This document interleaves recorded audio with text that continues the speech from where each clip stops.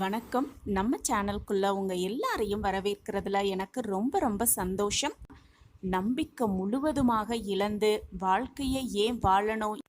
இந்த கஷ்டமான வாழ்வை கொடுத்த இறைவனை ஏன் நம்பணும்? இறைவனை நம்பலாமா வேண்டாமா அப்படின்னு மனக்குழப்பத்தோடு மனம் சோர்வாக இருக்கும் பொழுது இந்த கதையை கேட்டால் நிச்சயமாக ஒரு தெளிவு பெறும்.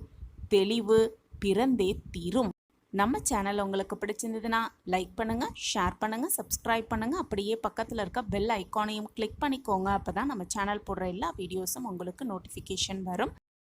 ஒரு ஊரில் லலிதா, கவிதா அப்படின்னு 2 சிநேகிதிங்க வாழ்ந்துக்கிட்டு வந்தாங்க. 2 பேருமே ரொம்பவே அந்யூன்யமான ஒரு ஃப்ரெண்ட்ஸாக வாழ்ந்துக்கிட்டு வந்தாங்க. 2 பேரோட வீடும் பக்கத்தில் இருந்ததாக அவங்க குடும்பமே நட்போட பழகிட்டு வந்தாங்க.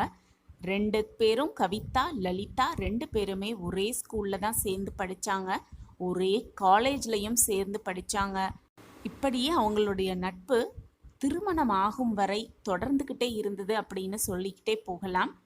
இதில் லலிதாவுக்கு கடவுள் பக்தி அதிகமாகவே இருக்கும். ஆனால் கவிதாவுக்கு கடவுள் இருக்கிறார், அதோடு அவளுடைய சுபாவம் அவ்வளவுதான். ஆனால் லலிதா அப்படி கிடையாது. தினமுமே காலையில் எழுந்து அவங்க வீட்டு தோட்டத்திலிருந்து பூக்களை எல்லாம் பறித்து அழகாக மாலையாக தொடுத்து இறைவனுக்கு சூட்டுவா. தினமுமே அவங்க வீட்டில் இருக்கிற இறைவனின் படம் பூக்களால் அலங்கரித்திருக்கும் லலிதாவால். டெய்லியுமே கோவிலுக்கு போவா. பக்தி பாடல்களை எல்லாம் விரும்பி கேட்பா. ஏன் சினிமாவுக்கு போனால் கூட பக்தி படமாக தான் பார்த்து போவா அப்படின்னு கடவுளின் இறைவனின் நம்பிக்கை அதிகமாக இருந்தது லலிதாவுக்கு. ஆனால் கவிதா லலிதாவுக்கு அப்படியே நேர்மறையாக இருப்பா. எப்போவுமே சினிமா பாட்டு கேட்குறது, நாவல் படிக்கிறது, இந்த மாதிரி செயல் செஞ்சுக்கிட்டே இருப்பா. இதை பார்த்த கவிதாவோட அம்மா, பக்கத்து வீட்டு லலிதாவை பாரு, எவ்வளோ பக்தியாக இருக்கா, தினமும் பெண் என்னென்னலாம் செய்யணுமோ எல்லாத்தையுமே நல்லா கற்றுக்கிட்டு செஞ்சுக்கிட்டு வரா, அவள் வாழ்க்கை எப்படி இருக்க போகுது பாரு அப்படின்னு சொல்லி காட்டிக்கிட்டே இருப்பாங்க. லலிதாவுக்கு படிப்பு முடிந்த கையோட, காலேஜ் முடிந்த கையோட திருமணம் நிச்சயமாச்சு. உடனே திருமணமும் நடந்தேறியது. மாப்பிள்ளை அதே ஊர் அப்படிங்கிறதுனால லலிதா அந்த ஊரிலேயே தனியாக ஒரு வீடு எடுத்து லலிதாவும் மாப்பிள்ளையும் குடி போனாங்க. லலிதாவும் அவளுடைய கணவனும் ஹனிமூன் எல்லாம் முடிஞ்சு திரும்பியதும் லலிதாவை பார்த்துக்கிட்டு வரலாம், அவளை விசாரிச்சுட்டு வரலாம் அப்படின்னு கவிதா லலிதா வீட்டுக்கு போனா. அங்கே போன உடனே அவளுக்கு அதிர்ச்சி.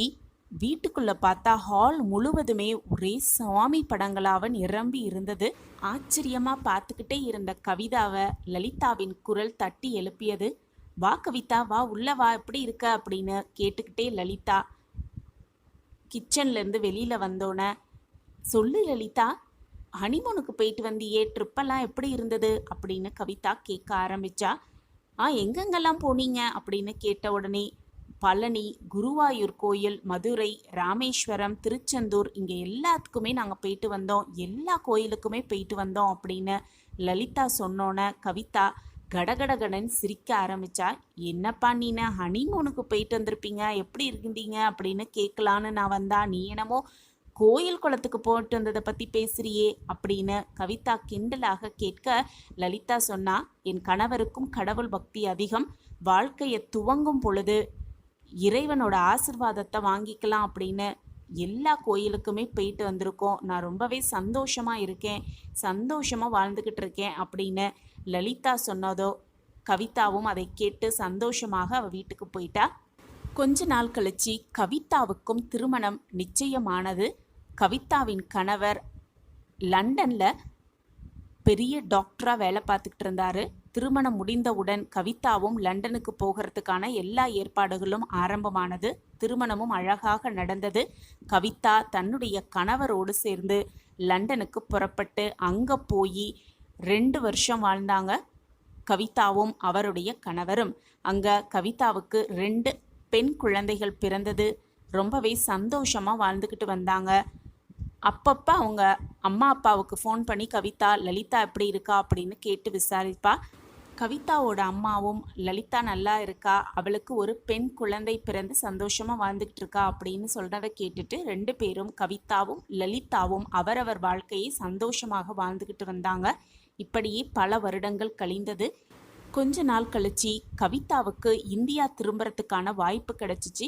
சரி, சம்மர் ஹாலிடேஸ் கொஞ்ச நாள் போய் அம்மா வீட்டில் இருந்துட்டு வரலாம் அப்படின்னு தன்னுடைய 2 குழந்தைகளையும் அழைத்து கொண்டு, டாக்டர் மாப்பிள்ளைக்கு லீவ் கிடைக்காததுனால கவிதாவும் அவளுடைய 2 குழந்தைகளை மட்டும் ஃப்ளைட் ஏற்றி விட்டார் அவர். உடனே ஃப்ளைட் ஏறி தன்னுடைய அம்மா வீட்டிற்கு வந்து சந்தோஷமாக வந்து இறங்கினாள். வந்து இறங்கினதுமே நான் லலிதாவை பார்த்துட்டு வரேம்மா அப்படின்னு சொல்லிட்டு லலிதா வீட்டுக்கு போனாள் கவிதா. இப்பயுமே லலிதா வீட்டிற்கு போன கவிதாவிற்கு அதிர்ச்சி மேல் அதிர்ச்சி காத்திருந்தது. அவங்க வீட்டு வரவேற்பறையில் இருந்த எல்லா சுவாமி படங்களும் இல்லாமல் இருந்தது. வரவேற்பறையே வெறிச்சோடி காணப்பட்டது. இப்போ இவ அதிர்ச்சியா பார்த்துக்கிட்டு இருக்கும் பொழுது லலிதா உள்ள இருந்து வந்தா. பார்க்கறதுக்கே மெலிஞ்ச தோளா சதையும் நகமுமாக வந்து காட்சியளித்தாள் லலிதா. என்னாச்சு லலிதா அப்படின்னு அதிர்ச்சியோட குரலோட கவிதா கேட்க ஆரம்பிச்சா. அது சரி, இங்க இருந்த சுவாமி படங்கள் எல்லாம் எங்க போச்சு அப்படின்னு கேட்ட ஆரம்பிச்ச உடனேயே கண்ணீர் மல்க அழ ஆரம்பித்தாள் லலிதா. கொஞ்சமாக ஆஸ்வாச அவளைப்படுத்திக்கிட்டு கவிதா கிட்ட பேச ஆரம்பிச்சா. சாமியாவது பூதமாவது எல்லாமே பொய் கவிதா அப்படின்னு லலிதா சொன்னோன்ன கவிதா வேகமா, ஏன் என்னாச்சு லலிதா, ஏன் இப்படி விரக்தியா பேசுற அப்படின்னு கேட்டுக்கிட்டே இருக்கும் பொழுது லலிதா உள்ளே சென்று கையோடு அவளுடைய பெண்ணை கூட்டி வந்தாள். ஒரு பாவாடை சட்டை போட்ட ஒரு பெண் மலங்க மலங்க முழிச்சுக்கிட்டு என்ன சொல்றது என்ன பேசுறது அப்படின்னு தெரியாம ஒரு சின்ன பெண் வந்து நின்னாள். இது யாரு, உன்னோட பொண்ணா அப்படின்னு சந்தோஷமா அவளை அழைச்சிட்டு வந்து, அழகா இருக்கிறியே, உன் பேர் என்ன அப்படின்னு கவிதா ஆர்வமாக கேட்டாள் அந்த பெண்ணிடம். அப்போ மீண்டும் லலிதா கண்ணீரோடு, அவளால் சரியா பேச முடியாது, என்னுடைய பொன்தான், ஊமை கிடையாது, ஆனால் மூளை வளர்ச்சி இல்லை அப்படின்னு சொல்கிறாங்க, அதனால் பேச்சு சரியாகவே அவளுக்கு வரலை, காட்டாத டாக்டர் இல்லை, ஏறி இறங்காத கோயில் இல்லை, ஆனால் எல்லாருமே கை விரிச்சிட்டாங்க.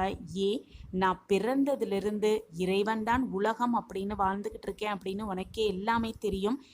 எனக்கு கல்யாணம் பண்ணிக்கிட்டவர் கூட தெய்வம்தான் எல்லாமே அப்படின்னு நினச்சிக்கிட்டு அவரு இருந்தார்.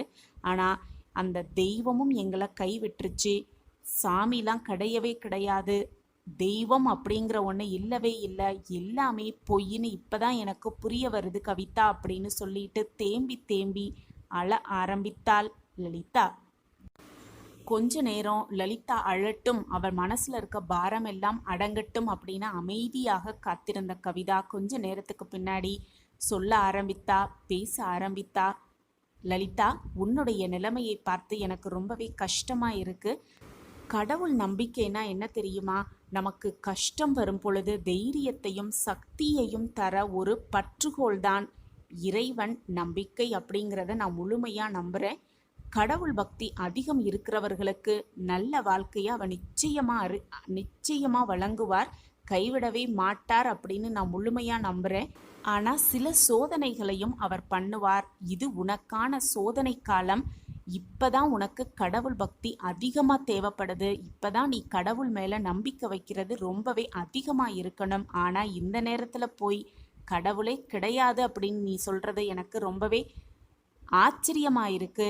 நீ இறைவனை முழுமையாக நம்பு, நான் இருக்கிறேன் உனக்கு. உன்னுடைய பெண்ணை என் பெண்ணாக நினைத்து கொண்டு நான் அவளை லண்டனுக்கு கூட்டிகிட்டு போகிறேன். என் கணவர் டாக்டராக இருக்காரு, சில ஆராய்ச்சிகளை செஞ்சுக்கிட்டு இருக்காரு, பிஹெச்டி பண்ணிகிட்டு இருக்காரு. நிச்சயமாக உன்னுடைய பெண்ணை குணப்படுத்தி அழகான ஒரு அறிவான பெண்ணாக உன் முன்னால் நான் கொண்டு வந்து நிறுத்துகிறேன். இது நம்ம நட்புக்காக நான் செய்கிற மிகப்பெரிய ஒரு நன்றி கடனாக நான் இதை நினச்சி செய்கிறேன். இனி உன் பொண்ணை பற்றின கவலையே உனக்கு வேண்டாம். உன் பொண்ணு என் பொண்ணு மாதிரி நான் பார்த்துக்கிறேன். நீ கொஞ்ச நாள் அமைதியாக இரு. நிச்சயமாக நான் இவளை லண்டனுக்கு அழைச்சிட்டு போய் ஒரு அறிவான பெண்ணாக தான் நான் திரும்ப கொண்டுட்டு வருவேன் அப்படிங்கிற நம்பிக்கை எனக்கு முழு மனதாக இருக்குது. அதுக்கு இறைவன் நம்ம 2 பேருக்கும் துணையாக இருப்பார் அப்படிங்கிற நம்பிக்கையோட நீயும் இரு லலிதா அப்படின்னு கவிதா சொன்ன உடனே லலிதா வேகமாக எழுந்து இறைவனோட படங்கள் அனைத்தையுமே கலட்டி வைத்த இறைவனின் படங்கள் எல்லாத்தையுமே எடுத்துட்டு வந்து வரவேற்பறையில் மாட்டி, அந்த இறைவன் தான் உன்னை யாரோ ஒரு ரூபத்தில் உன்னை இங்கே அனுப்பிச்சிருக்காங்க, எனக்கும் நம்பிக்கை வந்துடுச்சு. இப்போ எனக்கு இறைவன் மேலே முழு நம்பிக்கை வந்துடுச்சு. நீ பேச பேச எனக்கு எல்லாமே புரியுது. இது கண்டிப்பாக நடக்கும். இறைவன் நிச்சயமா சோதனை காலத்தை எனக்கு மீட்டெடுத்து என்னை மீட்டு வந்து என் வாழ்க்கையில சந்தோஷமா என்னை வாழ வைப்பாருன்னு நம்பிக்கையோட நான் காத்துக்கிட்டு இருக்கேன் அப்படின்னு சந்தோஷமா சொல்லி வழி அனுப்பினாள். கவிதாவும் லலிதாவின் பெண்ணை அழைத்து கொண்டு லண்டன் புறப்பட்டாள். லலிதாவின் குழந்தை அழகான அறிவான குழந்தை, சாதாரணமான ஒரு குழந்தையாக திரும்பி வரும் என்ற நம்பிக்கையோடு நாமும் இருக்கலாம். இறைவனிடம் பிரார்த்தனை செய்து கொண்டே இருக்கலாம். இறைவனை முழுமையாக நம்பியவர்களை நிச்சயமாக இறைவன் கைவிட மாட்டார் அப்படிங்கிற நம்பிக்கை எண்ணம் மட்டும் இருந்தால் போதும். எந்த ஒரு மனம் சோர்வடையும் நேரத்திலும் இறைவன் நம்மோடு இருக்கிறார் அப்படிங்கிற எண்ணம் இருந்தால் போதும்.